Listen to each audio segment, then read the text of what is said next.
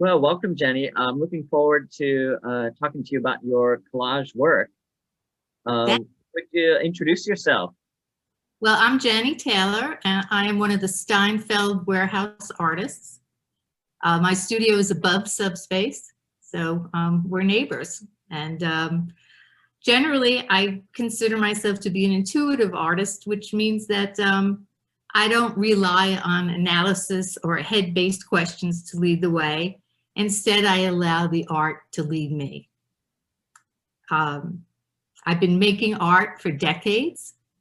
And I'm delighted to be in Tucson. I lived in New York City my entire life, and we moved to Tucson about 10 years ago, and happy to be a part of the artist community here.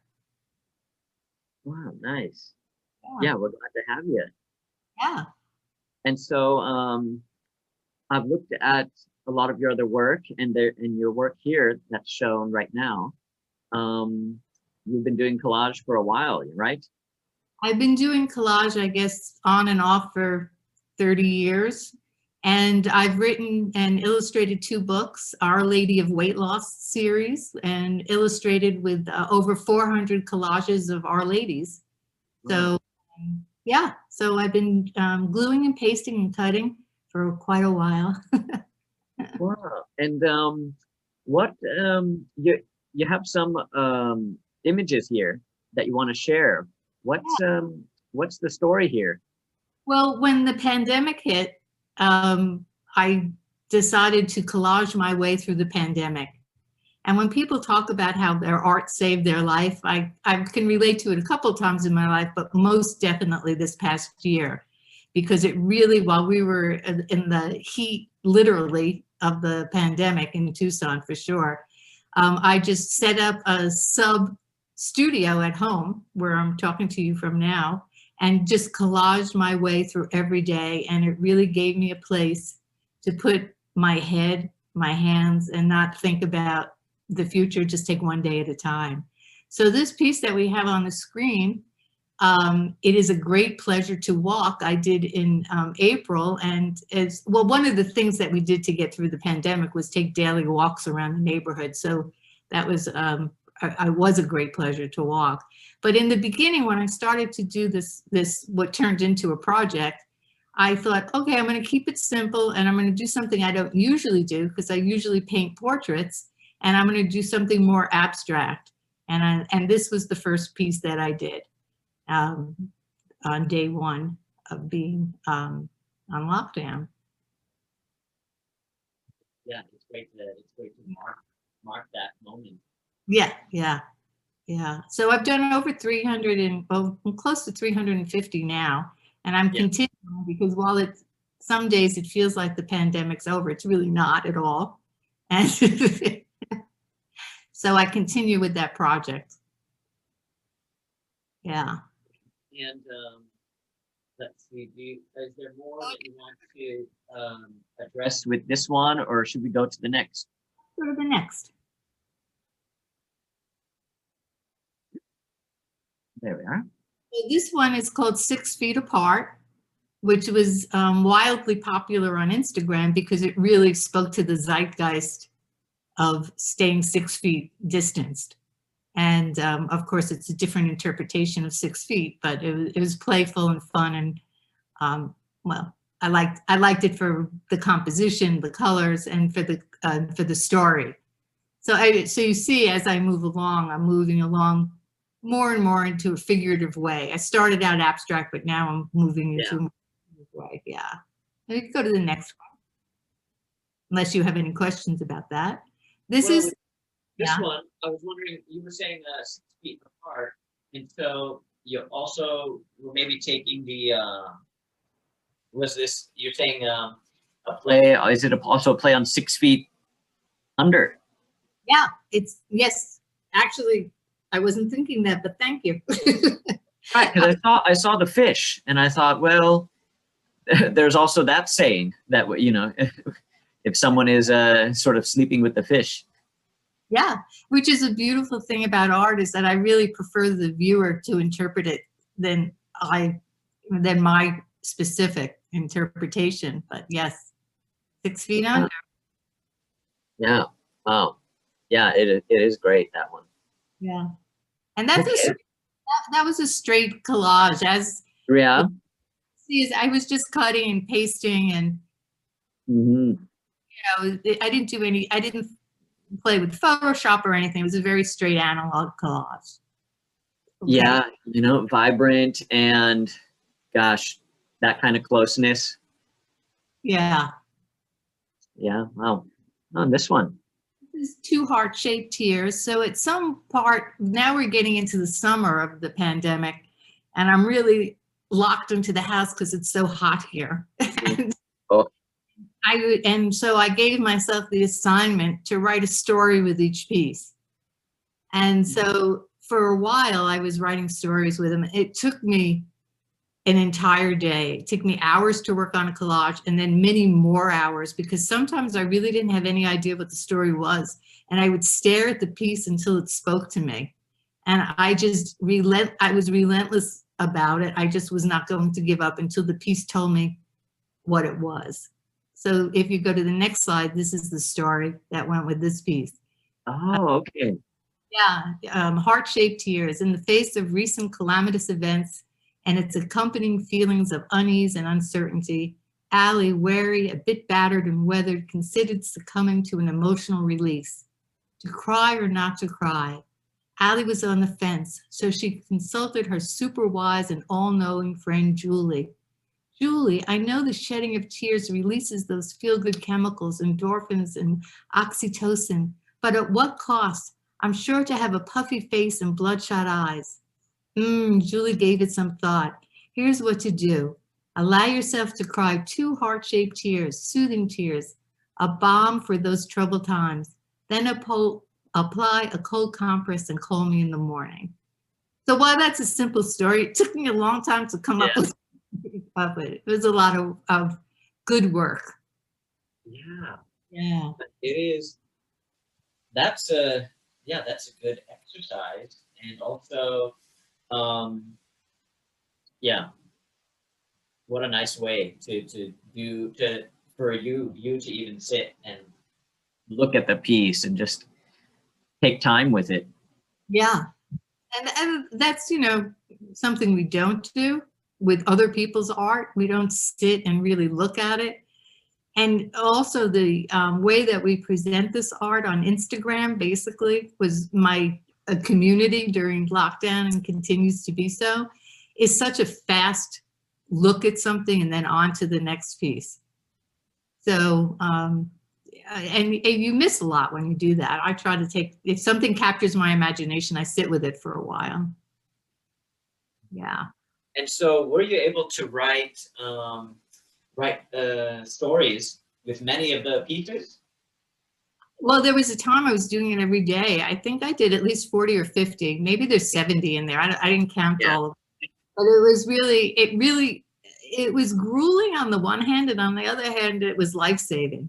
It also, when the story would start to take form in my head, then it would almost write itself, and then I would just, but it was exhilarating. I would feel like I accomplished something. So the pain involved in forcing myself to do it was worth it. Yeah. Yeah, that's true. I have that with music lyrics. I'm mostly a musician. And yeah, there is a moment where the lyrics are writing themselves. Yeah. And if I'm not able to put them down, it tears me apart because I can't force it that when it comes. But yeah, it's got to be written when it's coming out. Yeah, yeah. So it's a great process, really. And are you presenting the story with the visual work at the same time? I try to find, I'm still working on that. I'd like to put them together in a book because I think that would be the best way to share them. You're right. But we'll see. So now we're moving on to more modern day stuff. I posted this the other day. Mm-hmm. And what's happened, so what's also just in terms of process a little bit, you see the shadows on the pieces, like under the eye, the leaf around the eye. Mm. So I've created sort of the system of it's almost as if I'm doing a still life with paper and photographing it so that I get some really good shadows. I see. Yeah. So so I would say I wanted to give it another name other than collage, because now I'm photographing them and I'm printing them in limited editions and thinking that it's really more like a combination of collage and photography. So I was calling them Calligraphy. So I'm still processing what they could be called, because they're moving away from, they're starting to be hybrids of other things. Right. Now the cameras is equally as important as what I'm pasting onto the paper. So it added another element to it.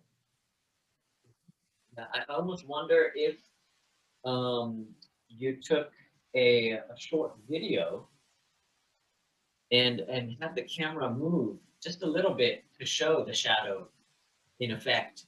Yeah, you mean, well, yes. Right, bring like a 3D nature. There were those cameras that did a stereoscopic photography. Yeah. And they would take 2 photos just next to each other. And from that, of course, just like our eyes, be able to make a depth. Oh, that's really a good idea. Have to work on that. Yeah. Wow. Okay. The next one then. Right. So this one, so now I've taken it, I've made an analog collage, I've photographed it, and I've added some digital effects to it. Oh. You can see the frame around it. Yeah. Added, and I've played with the colors a little bit. And that's Debbie Harry, by the way. Oh. You know Debbie Harry? No, I'm not familiar. That's okay, I'm dating myself, and you're dating yourself. I mean, I might, again, I might have experienced her in her work, but she's a musician from, I guess, the 70s or 80s. So I guess I'd have to. I guess maybe there might be something that I know. I know, especially as a musician. Why don't I know? it'll come to you when we're off camera. You'll go, oh my God, Debbie Harry, of course. Right. That's also, I started to play around with using, well, the images from books. So I moved away from magazines into books. Nothing was sacred in the house. If I could cut it up, I did. Yeah, and here you have a young babe laying there with Debbie. Yeah. It's the Madonna and Child. Yeah. I like it. And you've got the 5 of Hearts in the corner. I did. There's a lot of collage activity on the internet, and Twin Cities in the Minneapolis-St. Paul area, they have a collage collective, and they sent a packet of materials to me, and the 5 of Hearts was in that packet. So thank you to them. Well, I'm glad you mentioned that. If Subspace is going to keep on with doing this sort of a collage project in Tucson, let's say we do it 3 or 4 times a year, then we might want to connect with them. Well, also there's the Arizona Collage Collective, of which I'm a founding member. There's people up in Phoenix that I met all these people during the lockdown, because everybody went on to Zoom. And there's also another group that I'm in contact with weekly is up in Seattle, is the Pacific Northwest Collage Collective. So when you have a meeting, I'll be happy to come down and hook you up with all the collage collectives. Wow, that would be good. Yeah, that really opens up our ideas to something a bit more national. Yeah, definitely. I'm totally into that. I've curated a lot and formed the Harlem Art Walk in Harlem, New York City. I was the co-founder of that. So I have experience here I'm happy to share. Oh, yeah. And that's, I think that's part of why I love to chat with artists is that you can't just show, sometimes it can't be seen in your work, but yeah, we'll have to tap into that. We'll talk about that another time. Okay. So, Um, this is another one that I like. Just to show. So what had happened was, is I was painting portraits, and then I'm going to go into the collage and do something entirely different. And as the years progressing, I'm right back to portraits because I just love the face. What can I say? There's something psychological about the work that intrigues me. So,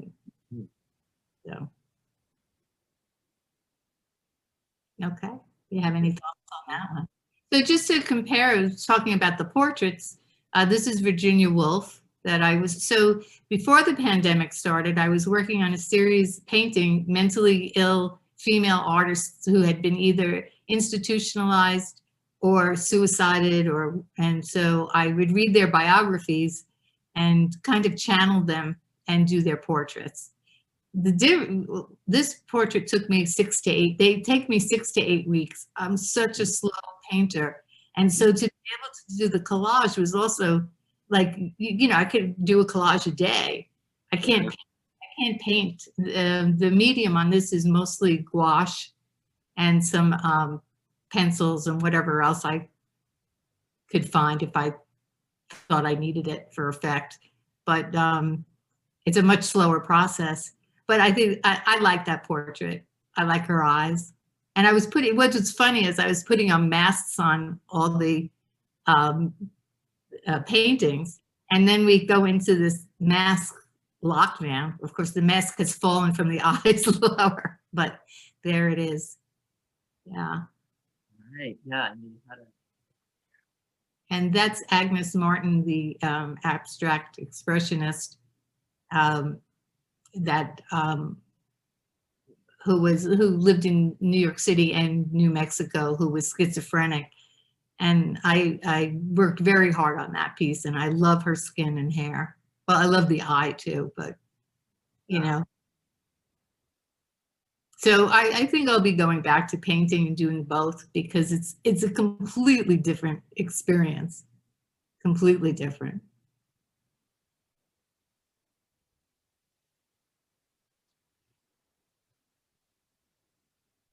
and so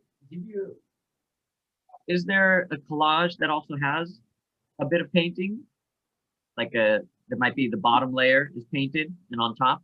Yeah, sometimes I'll do that. But in fact, if you go to the next slide of what I'm currently working on. Oh. Well, I was gonna, okay. Yeah, we'll go back to that in a moment. But that one, I just, you know, I start with something that, an image that intrigues me. And when I've got that on my desk right here, and I'm like, you know, I think I'm gonna paint the background first and start from there and then put this on top of it. And yeah, and start to add more of a mixed media to it and see and experiment a little bit.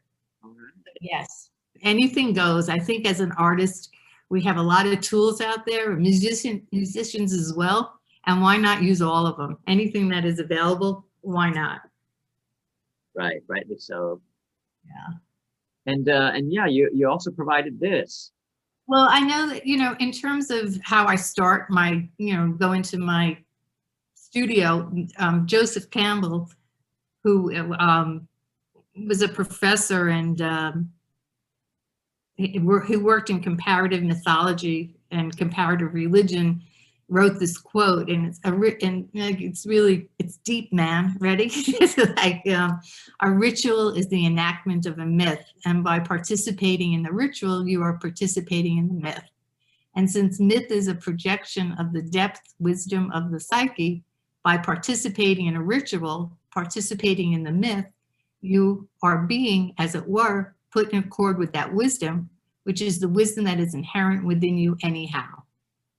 So I like to read that, and I was like, I know, I'm going to sage the room before each time I start to work.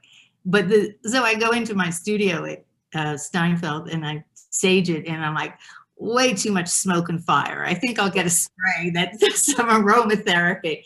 But the idea is to start with a ritual and connect to the wisdom that's inherent within all of us. And if people aren't familiar with Joseph Campbell and the hero's journey, which is really about overcoming obstacles, there's an amazing video on YouTube. Google him and watch it. It's really wonderful. Yeah. So that's where I start with that. Yeah.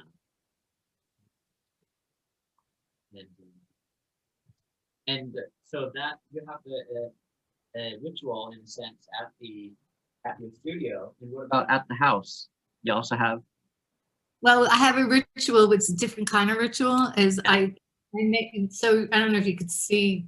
It's kind of dark in here, but I have this wonderful table set up in front of sliding glass doors that look out into the courtyard, and I'm in my bedroom.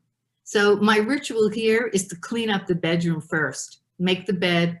And so it's still about setting. I'm not burning anything, I'm not spraying anything, but I'm setting the stage, setting the tone. And I remind myself to, part of the rituals is just to let go and not take the thinking out of it, the critic, who's, all of that stuff, and just to relax and just just create something. And so in this case, what day in your year of collage, or in the many collages, was the piece you made for Subspace? Oh gosh, I'd have to look at it. How many months ago was it?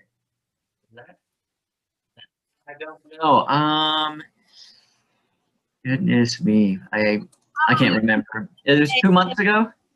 About 280, day 280, or 3 in that range. Towards the end of the year, I purposely stopped doing it every day because I felt that I needed a break on that day because of the weather. Well, we got vaccinated, the weather got better, and I was like, okay, you need to have a full life as well as collage. But you guys, so I see the call on Instagram, and I'm like, oh, that is, first of all, I just want to say, Subspace is so cool. And it's such a wonderful thing that you're down there. And I could feel the energy, the creative energy is just, this youthful buzz below me. And so I was delighted that you guys were going to give me some magazines to work from. And the magazines that you got really threw me because, as you can see, this is not generally the way the kind of magazines I was using or books that I was using. Right. I was going to ask that, I bet some of the material was challenging, being that it's news material or current event when it comes to magazines or advertisement. That's something that's meant to be shiny, like convincing you of a certain story. Yeah. And like you said, many of your collage work didn't come from current events. No, I mean, even 6 Feet Under, we'll call it now, because you give me that. Thank you. Yeah. I mean, that was really that wasn't from a current event. That just happened to be the zeitgeist and show up on the page. But the magazines that you gave are really current events and were very much to the point. And so I went through them a couple of times until I could pull out the images. We're fucking serious. Get Real America. America Presents. The Gun. The whole thing. And I was very pleased with it. In fact, my husband loves that piece and said he was so happy I was using different materials to have a different take on what I was doing. So it was refreshing. It was good for creativity. Or he's happy not chopping up the home library. Right. There goes another book. Yeah. And now looking at your piece again, is there something that sticks out or something you think now afterwards looking at it? Well, I like that it was actually just analog. you know, there was like, I knew I was doing it for you guys and it was going to be down, you know, in Subspace, and that I wasn't going to tweak it in any way. It was just going to be what it was going to be. And yeah, so I was happy the way it turned out. I really liked it. Yeah. And I see you have what are those? Some like chili peppers around that guy's head. Yeah, that was in the magazine. The chili peppers were. I added the cross and that green foliage in the bottom. Mhm. Cat, and there's a mushroom I added to it of my own. Yeah. But otherwise, you know, it was all the materials that you gave, and it even has the Liberty magazine you can see on the bottom. Right. Yeah, it was good. So I hope you do it again. Yeah. You have any thoughts about what we might have the theme? We were thinking of maybe like a one-line statement that might guide people, and yet we don't want to restrict people on their expression. But anything you're feeling for this new one? Well, I think you could say, I mean, people are creative in how they take something and interpret it. So I think you could, I don't have anything off the cuff, but yeah, you know, I guess the first thing that comes into my mind is, you know, I'm still wondering about our future. Yeah. Yeah. So it could be about that, but it could be about anything, really. Yeah. Yeah. Well, thanks for the time this morning to not only for looking at the piece you made, but opening up to showing us more of your work and experience. Yeah, I'm delighted. And thanks for asking me to do this.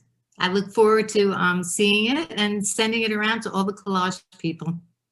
All right.